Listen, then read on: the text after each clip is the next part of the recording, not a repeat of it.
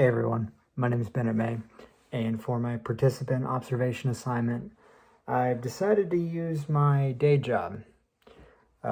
Reason being is the nature of my job is I am in different locations all day, every day, and up to 12 different locations a day.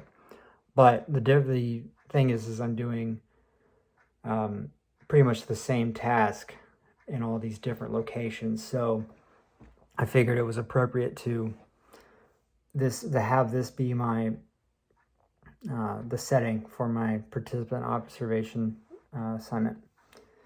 So what do? I clean swimming pools, and I go to customers' houses, usually vacation rentals, Airbnbs, things like that, and I clean a pool and adjust the chemicals. And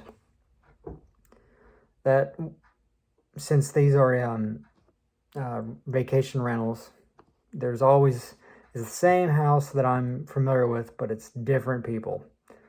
All different types of people are renting these same houses. So I figured it's a good little social experiment to see how these interactions go. And from what I've found is, since it's my day job, I didn't think it would be.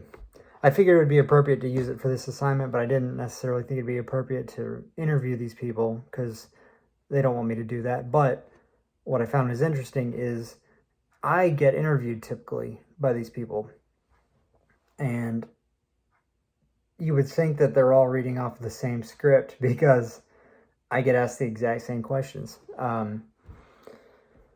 They say, "Oh, how's the weather? Has the weather been good today? Been good this week? Oh, it's going to rain this weekend." Or they go, "If you've been cleaning pools long, how do you like the job? Do you install pools? Is this a salt pool or a chlorine pool?" Things like that. I get asked those questions all the time. So thinking about some of the other things I've learned in communication studies over these past couple of years is straight to social penetration theory, and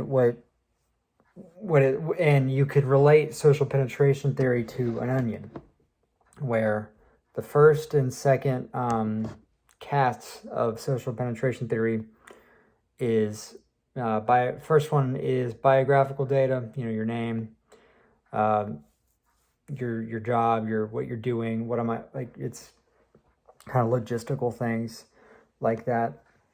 And the second one is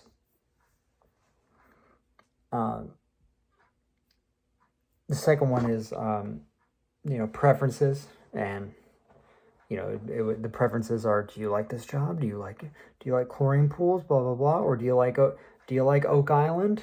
Because if the rental is in Oak Island, oh, do you like it here in Oak Island? The questions are like that. And going along with this social penetration theory when I'm talking to customers is every single person that I talk to who is wanting to have a conversation, every single person asks about the weather, or they mention the weather. They go, "Oh, it's hot out today. Oh, it's going to rain soon. Do you have a raincoat?" Things like that. And I actually did some further research on that, and there's some science behind why everyone talks about the weather. There's an article titled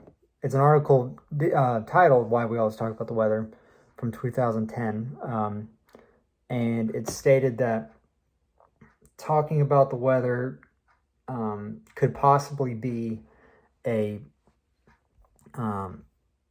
icebreaker mechanism in our minds, where we it's a universal thing. It happens to everybody. The weather happens to everybody, whether we like it or not, and it is ingrained for us to talk about the weather, whether that's culturally or biologically. It's unknown, but it is a known fact that everyone does it. So as I'm cleaning these pools, I have those conversations, the first and second tier of the social penetration theory. And that's probably that. I've noticed that was about 90% of the interactions I had with people. But there's other parts of the social penetration theory are enacted. Sometimes they're not necessarily appropriate. So there's people who bridge the gap of asking personal questions that are somewhat inappropriate. I've been offered alcohol plenty of times. I've been offered other substances that are not legal. I've been, asked questions about, the stereotypical pool boy with, and ask about any sort of escapades with women, things of that nature. And there is I thought that was also interesting. So I did further research on inappropriate customer conversations and how to deal with it. So I found this website, intercom.com, and there's a article called Cutting the Cord on Inappropriate Customer Conversations. And it stated that inappropriate interaction can be a wide variety. It can be